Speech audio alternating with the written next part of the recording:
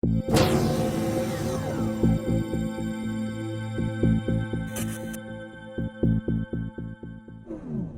everyone, welcome back to MixbusTv. Hope you're having a great day. Another rapid fire Q&A. Before we start, please don't forget to check the info box down below for more mixing courses, discounts on great plugins, and if you want to support the channel, we have t-shirts, we have Patreon page.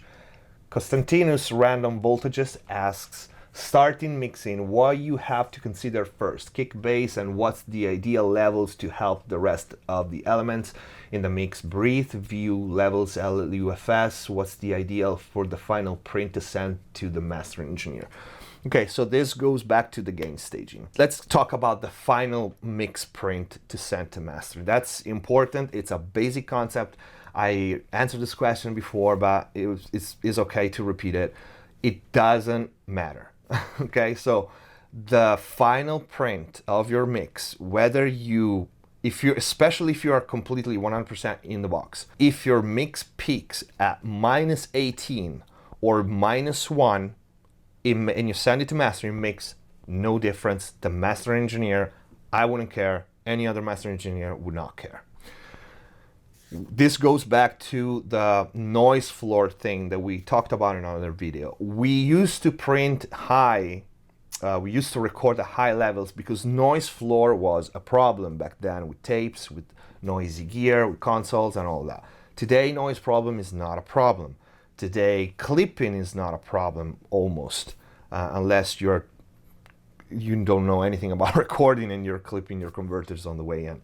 But the final print of your mix, that level does not matter, especially if you're thinking about in terms of loudness.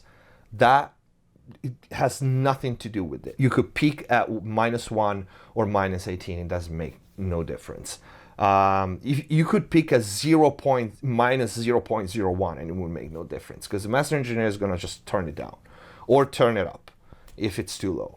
And so in the digital realm, in the box, it doesn't matter. If you use a hybrid system and you use the machines, that still doesn't matter unless you have a noise problem in your chain. And of course, if you go too low in a level, you will, because it's still hardware, still signal passes through cables and stuff, but you really have to go low, like -30 low. Nobody does that. But the concept is, if you use hardware, let's keep it just for the mix, for the 2-bus. The level of your final print will be dictated. It will be a consequence of where you have to hit your 2-bus processors. So for example, for me, I use the Neves, I use the Dione, I use the Drummer EQ. That's my 2-bus, okay?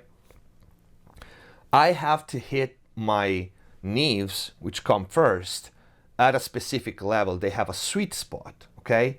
Which is where the first amber light lights up on the highest peaks. So, and I have to hit the Dione at a certain level and the EQ at a certain level. So I don't care at what level my mix is gonna end up being printed. What I care about is to hit my 2-bus with my mix at the right level. That will dictate when I print the mix back at what level, my mix is gonna peak. Which for me is usually anywhere between -6 and -12. That tells you something else. Between -6 and -12, there's a big difference. But my -12 mix will not be less loud once mastered than my -6 or -3 mix. This is to say that even with hardware, there's a lot of variation in where your mix is gonna end up peaking when you print it. Why? Because on one mix I probably want less saturation, or on another one I want to hit it a little harder. And as you know, as many engineers do, instead of really changing your settings, we do change the settings, but we have some reference points for levels. Instead of changing the settings of even a distressor for vocals or a bass, we change how hard we hit them.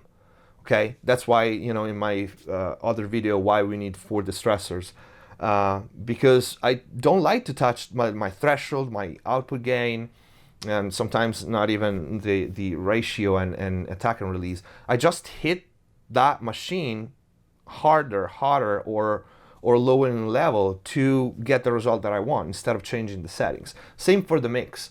My 2-bus chain is predictable. I've been using it for years. So I hit it at a certain level and my mix is gonna print at a certain level. I have a good gain staging, so I will never have to worry about clipping. I have like so much headroom that before clipping, my hardware will start to sound bad.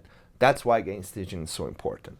And I will never worry about being too low because there's no noise problem. Like all high quality gear, good converters, which, you know, even if you have a basic good converter, you don't have problems.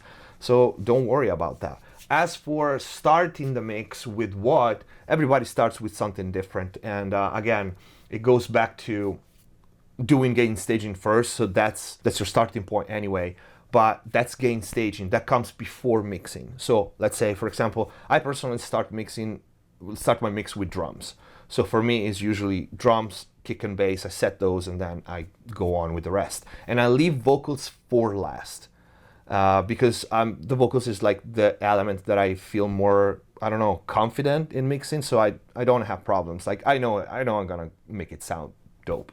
I don't have problems, but everything else is always somewhat a variable for me. So I want to get the one that can serve me first, and the one also that I can, I don't know, be more creative or can change more wildly from one mix to another, guitars, bass, drums.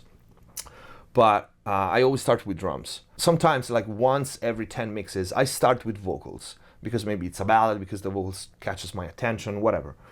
In that case, I do start mixing the vocals first, but I will still do gain staging first. And the gain staging, you start usually with the elements that have the highest crest factor, so the highest difference between peak and average signal. And those are usually percussive elements, so kick and snare. So there's a difference between how you start a mix, like mixing, like EQing and processing effects or compression, and your gain staging. That's mandatory first. Everything else comes after. As for the mix print, doesn't matter. I hope this video was useful. I hope you liked it. If you did, please don't forget to leave a like and check the info box down below. Support the channel. Leave your questions for both the rapid fire Q&A and the live stream Q&A that I promise I will set it up soon. I'm late. I apologize. My schedule is crazy, so we'll get that done. And yes, Bella is gonna be on camera too. A lot of people ask about that. So post your question down below. Thank you for watching. Subscribe if you haven't already. See you next time.